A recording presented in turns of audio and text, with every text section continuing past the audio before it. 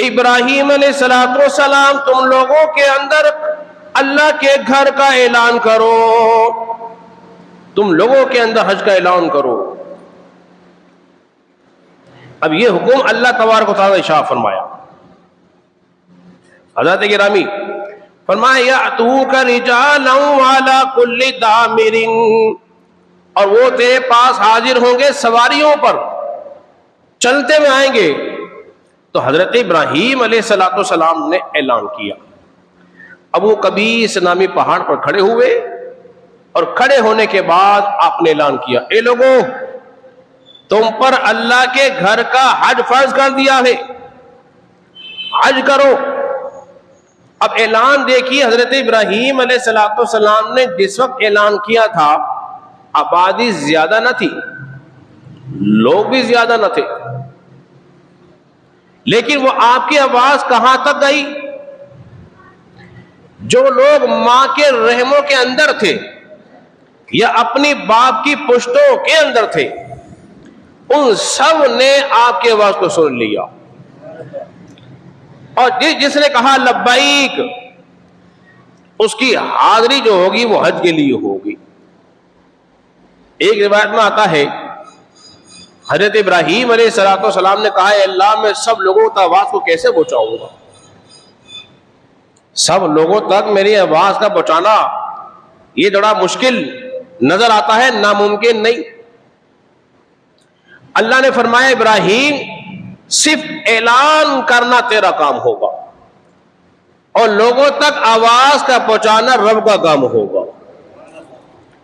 ابراہیم علیہ السلام نے پہاڑ پر کھڑے ہو کے اعلان کیا، اے لوگوں اللہ کے گھر کا حج فرض ہے۔ پھر ہوا کیا؟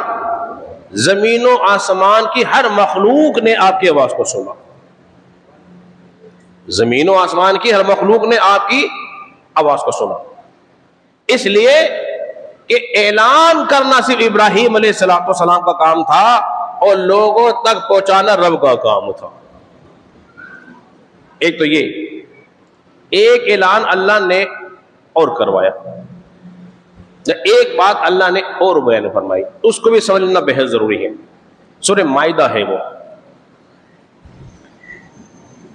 گزشتہ جمعے کو ہم نے اللہ کے گھر کی تعمیر کے مقاصد بیان کیے تھے، اب حضرات کو یاد ہوگا تو سورہ مائدہ کی آیت نمبر 97 میں اللہ نے ارشاد فرمایا، جعل اللہ الکعبۃ البیت الحرام قیاما للناس، اللہ کے ادب والے گھروں کا لوگوں کے لیے قیام کا ذریعہ بنایا ہے۔ اللہ کا جو گھر ہے معزز گھر، اس کو لوگوں کے لیے قیام کا ذریعہ بنایا، لوگ یہاں آ کے ٹھہریں گے، قیام کریں گے۔ کیا مطلب ہے؟ وہ اپنے دینی کام سے بھی آئیں گے، دنیاوی کاموں سے بھی آئیں گے، تجارت بھی ہوگی، معاشرت بھی بڑھے گی، کاروبار بھی پھیلے گا، تو یہاں قیام کریں گے لوگ۔ کہاں قیام کریں گے؟ بیت اللہ میں قیام کریں گے۔ اور پہلے شاہ فرمایا تھا، ہم نے ابراہیم کو یہ تاکید کی ہے، تم ہمارے گھر کو صاف رکھو، ستھرا رکھو، پاکیزہ رکھو، طواف کرنے والوں کے لیے، قیام کرنے والوں کے لیے، رکوع کرنے والوں کے لیے، اور ساتھ ساتھ سجدہ کرنے والوں کے لیے۔ اب بتایا جا رہا ہے ہم نے اپنے گھر کو لوگوں کے لیے قیام گاہ بنایا ہے، لوگ یہاں آ کے ٹھہریں گے۔ حضرات محترم، اتنی بات سمجھنے کے بعد پھر اللہ تبارک و تعالیٰ نے کیا کیا؟ پہلے حج کا اعلان حضرت ابراہیم سے کرایا، اور پھر نبی پاک صلی اللہ علیہ وسلم پہ ایک حکم اور نازل فرمایا۔ وہ کیا تھا؟ وَلِلَّهِ عَلَى النَّاسِ حِجُّ الْبَيْتَ مَنِ اسْتَطَاعَ إِلَيْهِ سَبِيلًا، اے لوگوں تم پر اللہ کے گھر کا حج کرنا فرض قرار دیا گیا ہے، جو اس کی استطاعت رکھتا ہے، جو اس تک چل سکتا ہو۔ صاحب استطاعت پر کیا ہے؟ بولی حج فرض ہے، جو اس تک چل سکتا ہو، جس کے پاس زیادہ راہ ہو، مال و متاع ہو، ہر ایک پر حج فرض بولیے نہیں ہے۔ ایک شخص نبی کریم صلی اللہ علیہ وسلم کی خدمت میں حاضر ہوا. حضور نے فرمایا لوگوں اللہ کا حج فرض ہے تم پر.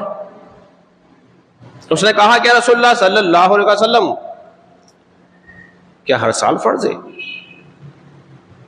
حضور علیہ السلام خاموش رہے, کوئی جواب نہ دیا. اس نے پھر کہا کیا ہر سال فرض ہے؟ حضور نے کوئی جواب نہ دیا. جب 3 بار اس نے کہا, چوتھی بار میں نبی پاک صلی اللہ علیہ وسلم نے ارشاد فرمایا,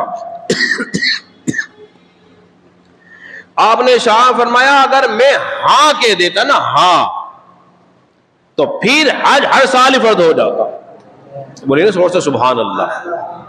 یہ نبی پاک صلی اللہ علیہ وسلم کی کیا ہے؟ بولے اختیار ہے, یہ قدرت ہے, یہ پاور ہے. ان لوگوں کو خیال کرنا چاہیے جو کہتے ہیں حضور کے چاہنے سے کچھ نہیں ہوتا. اس حدیث میں یہ بات ثابت ہو رہی ہے اس حدیث سے کہ حضور اگر کہہ دے نا ہاں تو ہر سال بولے حج فرض ہو جاتا. اس لیے کہ حضور کی زبان سے نکلا ہوا ایک ایک جملہ وہی خدا ہوتا ہے. وہ زبان جس کو سب کن کی کنجی کہے, اس کی نافذ حکومت پہ لاکھوں سلام. وہ جو کہہ دیتے ہو جاتا. اور ایک مقام پہ امام اہل سنت بڑے پتے کی بات فرمائی. وہ کہتے ہیں باخدا خدا کا یہی ہے در,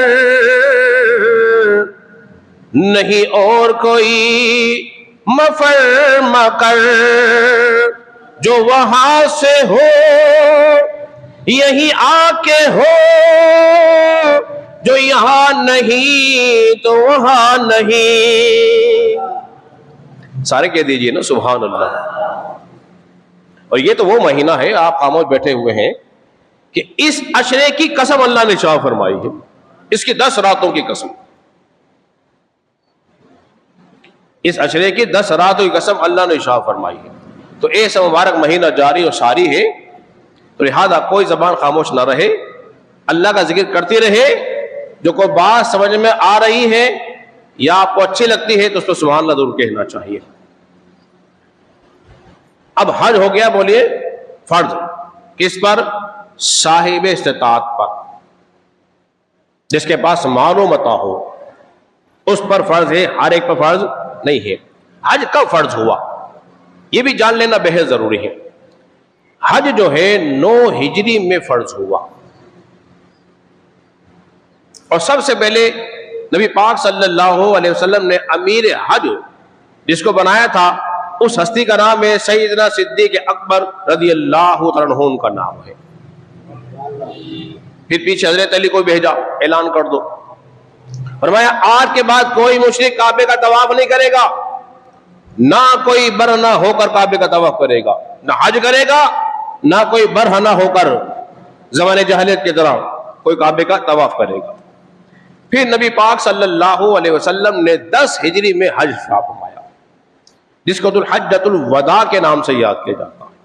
وہ ایک عظیم و شان حج تھا, اور سن 11 ہجری میں نبی پاک صلی اللہ علیہ وسلم کا وصال ہو گیا تھا. حضرات محترم, زندگی میں ایک بار حج کرنا کیا ہے؟ بولیے فرض ہے.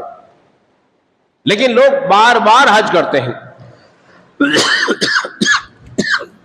اچھی بات ہے, کرنا چاہیے, اس میں گناہ نہیں ہے, مگر کیا ہی اچھا ہو کہ وہ بجائے حج کرنے کے وہ حج بدل کریں تو کیا ہی بات ہے.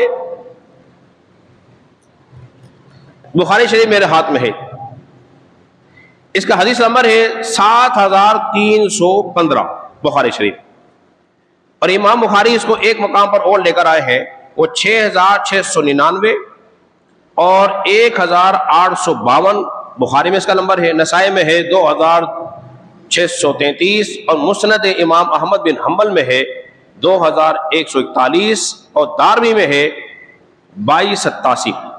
ایک 4 سے 5 کتابوں میں اس حدیث کو امام بخاری لے کر آئے ہیں۔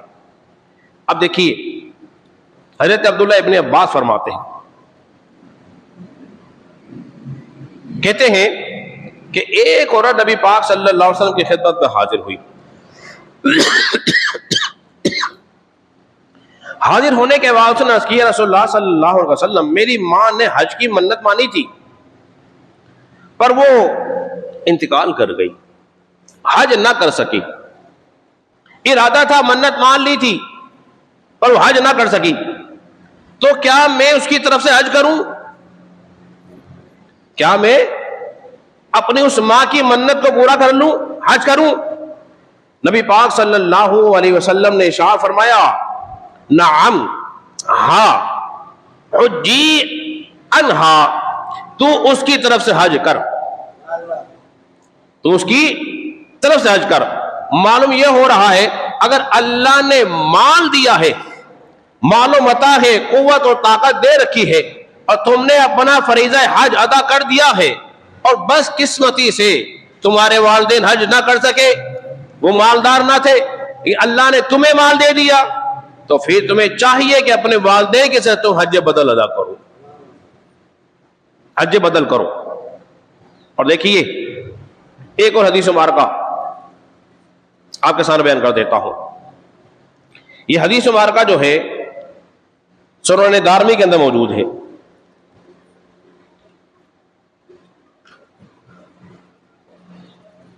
زید بن ارقم رضی اللہ عنہ سے روایت ہے، رسول اللہ صلی اللہ علیہ وسلم نے ارشاد فرمایا، جو کوئی شخص اپنے والدین کی طرف سے حج کرے، کس کی طرف سے؟ اپنے والدین کی طرف سے حج کرے، یا تو اس کے والدین اس قدر بوڑھے ہو گئے ہوں کہ وہ حج کر ہی نہیں سکتے، اگرچہ مال ان کے پاس موجود ہے مگر چل پھر نہیں سکتے، اپاہج ہو گئے ہیں، یا پھر ان کے والدین فوت ہو گئے ہیں، دونوں صورتیں۔ فرمایا جو اپنے والدین کی طرف سے حج کرے تو اللہ اس حج کو ان کی طرف سے قبول فرماتا ہے، ان کی طرف سے حج کو قبول فرماتا ہے، اور اس کی والدین کی طرف سے بھی، یعنی کہ جو حج کر رہا ہے اس کا حج بھی ہو گیا اور اس کے والدین کی طرف سے بھی حج ہو گیا۔ فرمایا روحیں آسمانوں میں خوش ہوتی ہیں اس کے والدین کی،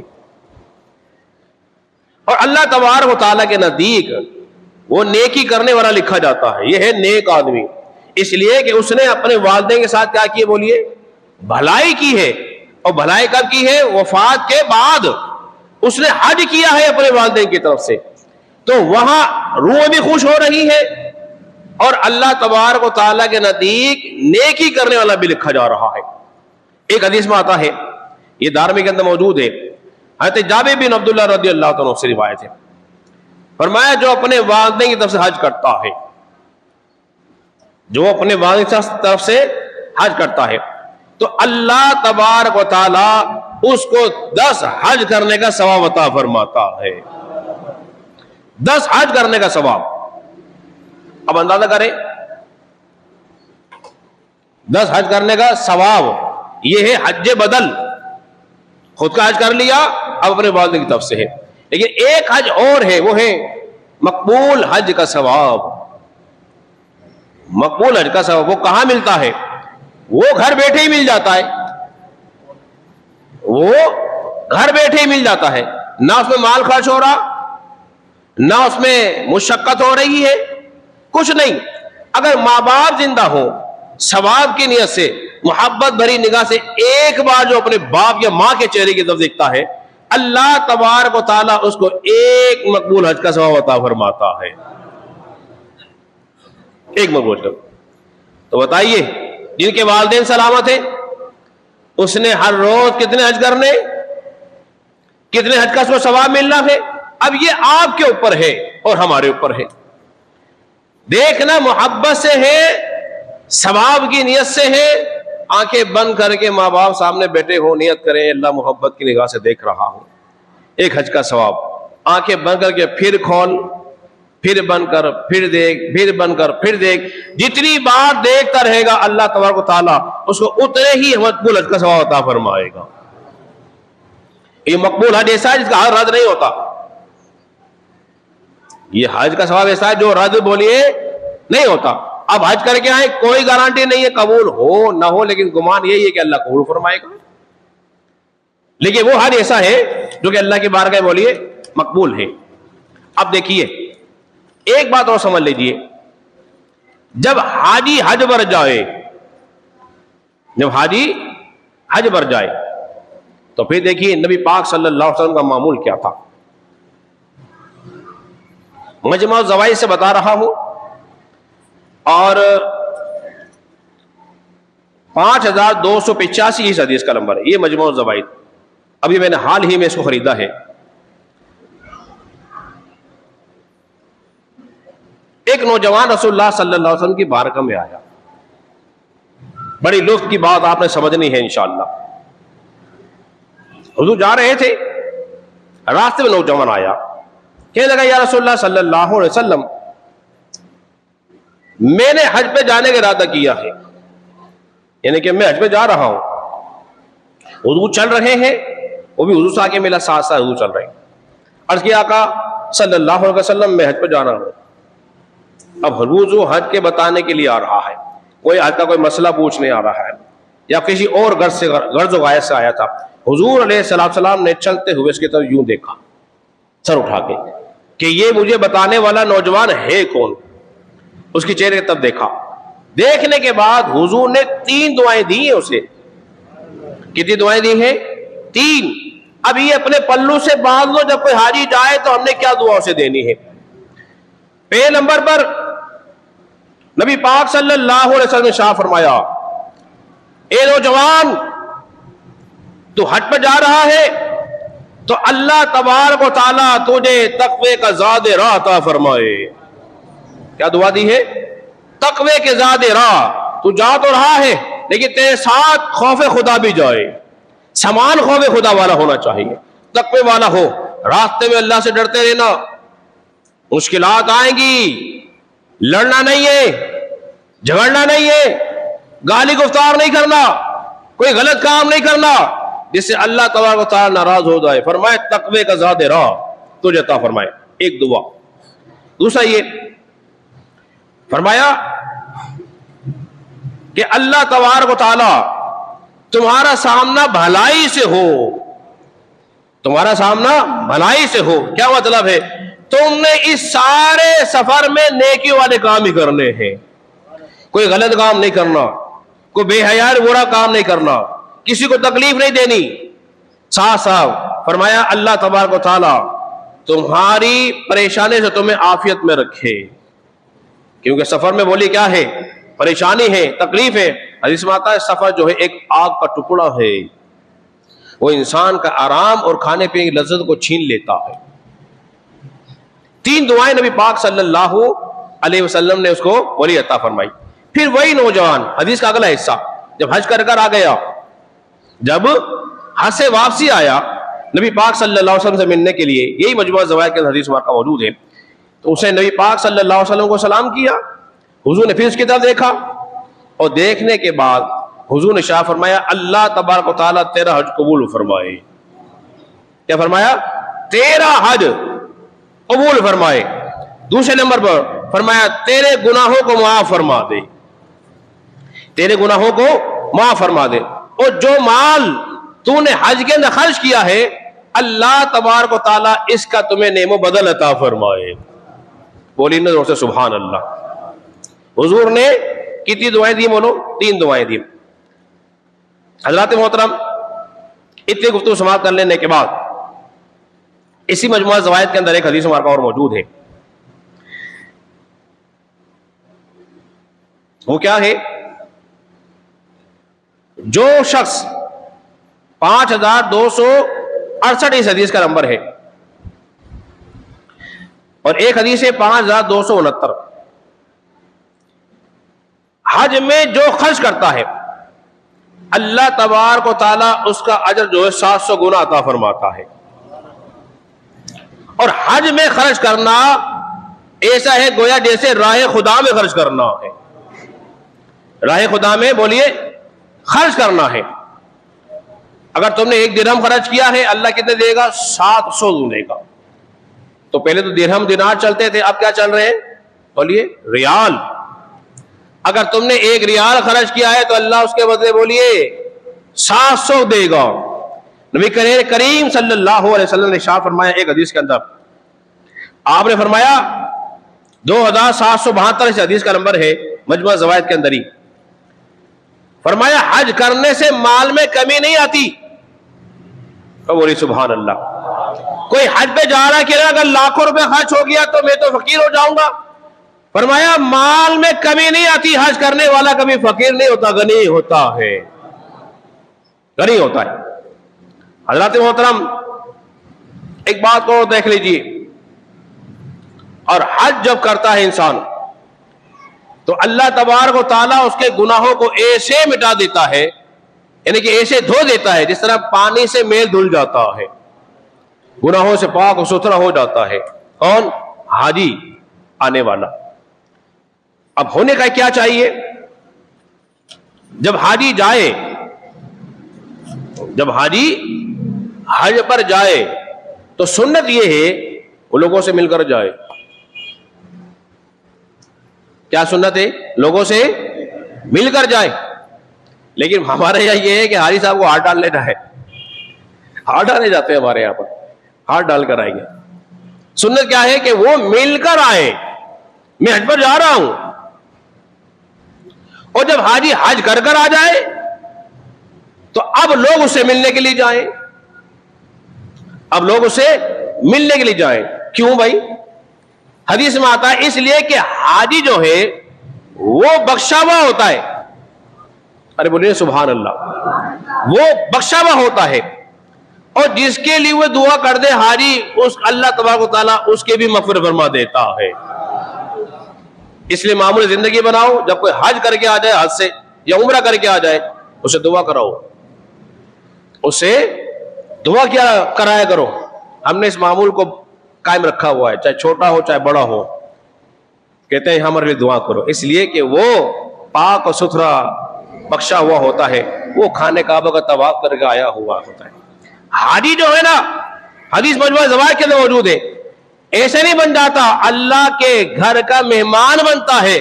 وہ خود نہیں آتا بلکہ اللہ تعالیٰ اسے بلا لیتا ہے. تو اللہ کے گھر کا مہمان بننے سے انسان حج بن. اب دیکھو نا ایک بات میں بتاؤں، پتہ کی بات ہے، حج میں اخفا نہیں ہے، اظہار ہے. کیا ہے؟ اظہار ہے. کبھی آپ نماز پڑھنے کے لیے جا رہے ہیں، آتے ہیں، کبھی کہا لوگوں جمعے کی نماز پڑھنے جا رہا ہوں، لوگوں فجر کی نماز پڑھنے جا رہا ہوں، ظہر کی نماز پڑھنے جا رہا ہوں. کبھی اعلان کیا کسی نے؟ کوئی کیا ہے تو ذرا بتاؤ آج اٹھا کے. کوئی زکات دینے والا کہتا ہے لوگوں زکات دے رہا ہوں، روزے رکھ رہا ہوں، نفلی کام کر رہا ہوں، کوئی نہیں کہتا. مگر جب حاجی حج پر جاتا کہتا لوگوں او میں حج میں جا رہا ہوں. ارے بولے سبحان اللہ. کہتا لوگوں میں حج میں جا رہا ہوں، اس لیے کہ اس کا بتانا ہی اظہار ہے. حج میں بتا سکتا ہے، کسی اور کام میں بتا نہیں سکتا ہے. اور لوگ اسے مبارکباد کہتے ہیں. اب کوئی کہنا نماز کے جائے، لوگوں نماز کے جا رہا ہوں، ابے چل سالہ دکھاوا کر رہا ہے. روزہ رکھے، میں سالہ دکھاوا کرتا ہے کہتے ہیں نا. لیکن حج میں کوئی کہتا ہے دکھاوا کر نہیں، کہتے ہیں یار مبارک ہو تجھے، تو حج پہ جا رہا ہے، ہمیں دعاؤں میں یاد رکھنا. ہم کہتے ہیں دعاؤں میں یاد رکھنا، پہلے اسے دعائیں دے تاکہ وہ متبادل تمہیں دعائیں دے. ہم اسے دعائیں لیتے ہیں، اسے دعائیں دیں. اور دیکھیے نا ایک بات اس میں رکھ لیجئے، بات ضمن مجھے ذہن میں آ گئی. کعبے پر 120 رحمتیں نازل ہوتی ہیں، ہر روز 120 رحمتیں. اس میں سے طواف کرنے والوں کے لیے 60 رحمتیں ہیں. طواف کر رہے ہیں، دیوانہ وار گھوم رہے ہیں، دیوانہ وار. اعتکاف کرنے والوں کے لیے 40 رحمتیں ہیں جو ٹھہرے ہوئے ہیں وہاں پر. اور جو کچھ نہیں کر رہے صرف دیکھ رہے ہیں ان کے لیے 20 رحمتیں ہیں. تو کعبے کو دیکھنا بھی عبادت،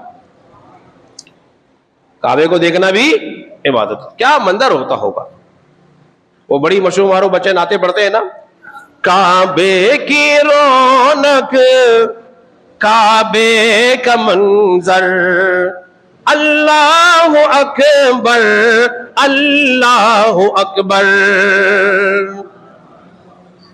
تو وہ کیا عظیم منظر ہوتا ہوگا، کیا کیفیت داری ہوتی ہوگی، انسان اپنے مقدر پر رش کر رہا ہوتا ہوگا، یہ تو ہے اللہ تیرے قربان جاؤں، میں تو بچپن سے جوانی میں آیا، بوڑھا ہو گیا، اب موقع ملا ہے، کہتا ہوا آیا تھا منہ میرا کعبہ شریف کی طرف، کعبہ سامنے نہیں تھا، لیکن آج تو سراپا کعبہ میرے سامنے ہے، آج تو کعبہ میرے سامنے ہے، اب منہ میرا کعبہ شریف کے بیچ نہیں ہے، اب سامنے، یہ تو سمت ہے نا، وہ بالکل سامنے ہوتا ہے، تو خوش نصیبی کی بات ہے۔ اور دیکھو حج ایک ایسی عبادت ہے، مخصوص دن میں ہے، مخصوص مقام پر ہے، مخصوص وقت کے اندر ہے، اور اس کے لیے ڈریس مخصوص۔ آپ نماز پڑھنے کے لیے آئے ہیں، کسی نے نیلا، کسی نے پیلا، کسی نے کالا، کسی نے سفید، مختلف رنگ کے ڈریس پہنے ہوئے ہیں، بولیے۔ تو زکوٰۃ دینے کے لیے، روزہ رکھنے کے لیے، نماز پڑھنے کے لیے، صدقہ و خیرات کرنے کے لیے ڈریس کی کوئی پابندی نہیں ہے، جو ڈریس چاہے پہنے کام کر سکتے ہیں، اور حج کے لیے ڈریس کا ہونا ضروری ہے، اور ڈریس ہے دو چادریں، ایک اوپر ہوگی اور ایک بطور تہمت ہوگی، وہ کوئی اور ڈریس پہن نہیں سکتا۔ کوئی کہے میں تو پینٹ پہن کے جاؤں گا، کوئی بادشاہ کہے میں نے جبہ پہننا ہے، میں ملک کا سربراہ ہوں، کوئی کتنے ملک کا سربراہ ہو، چاہے کوئی غریب آدمی پیسے جمع کر کر کے حج میں گیا ہو، لیکن ڈریس ایک ہی پہنے گا، اس کے پاس بھی دو سفید چادریں ہوں گی تو اس کے پاس بھی دو سفید چادریں ہوں گی، کوئی تخصیص نہیں ہے امیر و غریب کی۔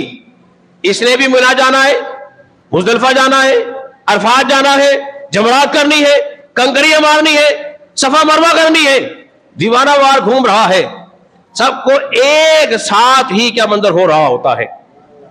یہ خاص اللہ کی رحمت و فضل ہوتا ہے، اس لیے کہ اعلیٰ جو ڈگری ہوتی ہے، اعلیٰ جو ڈگری ہوتی ہے وہ انسان کو گھر میں نہیں ملتی، اس کے لیے ولایت جانا پڑتا ہے، کسی دوسرے ملک جانا پڑتا ہے، تب جا کے ڈگری ملتی ہے۔ کہتے ہیں میں نے امریکہ سے ڈاکٹر کیا ہے، کوئی میں نے جاپان سے پڑھ کر آیا ہوں، لیکن حاجی جو ہے جب حج کرتا ہے وہ گھر بیٹھے نہیں ہوتا، بلکہ اللہ کا مہمان بنتا ہے تو حاجی بن جاتا ہے۔ اب ساری زندگی نمازیں پڑھے، جو آپ سے کوئی نام پوچھے گا کیا کہیں گے؟ نمازی عبد الرحمان صاحب بولیں گے؟ بولیے تو بھائی میں زکوٰۃ دیتا ہوں ہر سال، تو زکاتی فلاں صاحب ہے جی، میں مال خرچ کرتا ہوں تو مالی نہیں، لیکن جیسے ہی حج کر آیا اب فخر سے کہتا ہے حاجی عبد الرحمان بات کر رہا ہوں، حاجی عبد الستار بات کر رہا ہوں، حاجی ناصر صاحب بات کر رہا ہوں، اس لیے کہ ڈگری اس کو وہاں سے ملی ہے، یہ ڈگری یہاں نہیں ملتی، یہ ڈگری وہیں ملے گی جب اللہ کے گھر جائے گا، مہمان بنے گا، تو وہاں سے لوٹتے ایک لقب ملتا ہے، کیا جس کو کہتے ہیں حاجی کہا جاتا ہے، اور حاجی اللہ کے گھر کا بولیے طواف کر کے اس کا مہمان بن کے حاجی بنتا ہے۔ حضرات محترم، آخری دو جملے، حج کیا ہے؟ حج کیا ہے آخر؟ صفا مروہ، چلنا، دوڑنا، شیطان کو کنکریاں مارنا، مینا مزدلفہ میں کچھ وقت گزارنا، قربانی کرنا، یہ حج کے ارکانوں میں سے شامل ہے نا، تو اس میں کون سی خاص عبادت آ گئی؟ تو معلوم یہ ہو رہا ہے کہ حج جو ہے اپنے بڑوں کی اداؤں کو ادا کرنے کا نام حج ہے، اپنے بڑوں کی ادا کو ادا کرنے کا نام کیا ہے؟ بولیے حج ہے۔ دیکھو نا صفا مروہ پر حضرت حاجہ دوڑی تھی، حاجی بھی دوڑ رہا ہے، حضرت ابراہیم نے کنکریاں ماری تو حاجی بھی کنکریاں مار رہا ہے، اس لیے کہ وہ کنکری مارنا اب عبادت ہو گیا، رب کا پسندیدہ ہے۔ جمرات نہیں کرے گا حج ہوگا نہیں، صفا مروہ نہیں جائے گا حج ہوگا نہیں، اس لیے کہ یہ اہم رکن میں سے ہے، اور یہ اپنے بڑوں کی اداؤں کو ادا کرنے کا نام کیا ہے؟ بولیے حج ہے۔ اپنے بڑوں کی ادا کو ادا کرنے کا نام کیا ہے؟ بولیے حج ہے. اور حج میں خانہ کعبہ کے اندر ایک پتھر ہے جسے کہتے ہیں حجر اسود. کیا نام ہے اس کا؟ جب یہ جنت سے آیا تھا نا، سفید تھا، چمکتا تھا، مشرق و مغرب روشن ہوتے تھے اس سے. اب وہ کالا ہو گیا ہے. حجر کہتے ہیں پتھر کو، اسود کہتے ہیں کالے کو، کالا پتھر. جب کوئی حاجی اس کو چومتا ہے نا، جب حاجی سے چومتا ہے، خوش نصیبی ہے جو چوم لے. اللہ نے ہمیں توفیق دی، ہم نے کافی بار اس کو چوما. حاجی صاحب کو ماشاءاللہ بہت، علی بھائی بیٹھے اور دیگر ایسا بیٹھے ہوئے. تو حاجی صاحب سے پوچھتا ہوں، حاجی صاحب جب آپ نے چوما تھا آپ نے نام بتایا تھا؟ ایک بار تو بتایا ہوگا. حاجی صاحب آپ نے نام بتایا تھا؟ آج پتہ کو چومتے ہوئے، میرا نام فرید ہے، باپ کا نام میرا یہ ہے جی. نہیں بتاتے. لیکن قربان جائیے، قیامت کے دن وہ حجر اسود، یہ اس حدیث میں مسند امام اس پہ رکھی ہوئی 1680 حدیث کا نمبر. حجر اسود کی زبان ہوگی، ہونٹ ہوں گے، قیامت کے دن گواہی دے گا، اے اللہ فلاں بن فلاں نے مجھے چوما تھا. تو حجر اسود اپنے چومنے والے کے نام کو، اس کے باپ کے نام کو بھی جانتا ہے. جب ایک پتھر کو اللہ نے یہ خوبی دی ہے تو غور کجے پھر اللہ تبارک و تعالیٰ نے اپنے نبی کو کتنا علم عطا فرمایا ہوگا، ہمیں کتنا علم عطا فرمایا. یہ حجر اسود دوں دے گا تو در و دیوار اس کے گواہ ہوں گے. یہ اللہ سے گواہ دی تھی. اس لیے کہ حاجی حج سے واپسی آتا ہے تو گناہوں سے وہ لیے پاک و ستھرا ہوتا ہے. اس لیے جب آئے تو اس کی زیارت کرے. اس لیے کعبے کی زیارت کر آیا ہوتا ہے، اس سے دعائیں مغفرت کرائے. اللہ رب العزت کی بارگاہ میں دعا ہے، خالق کائنات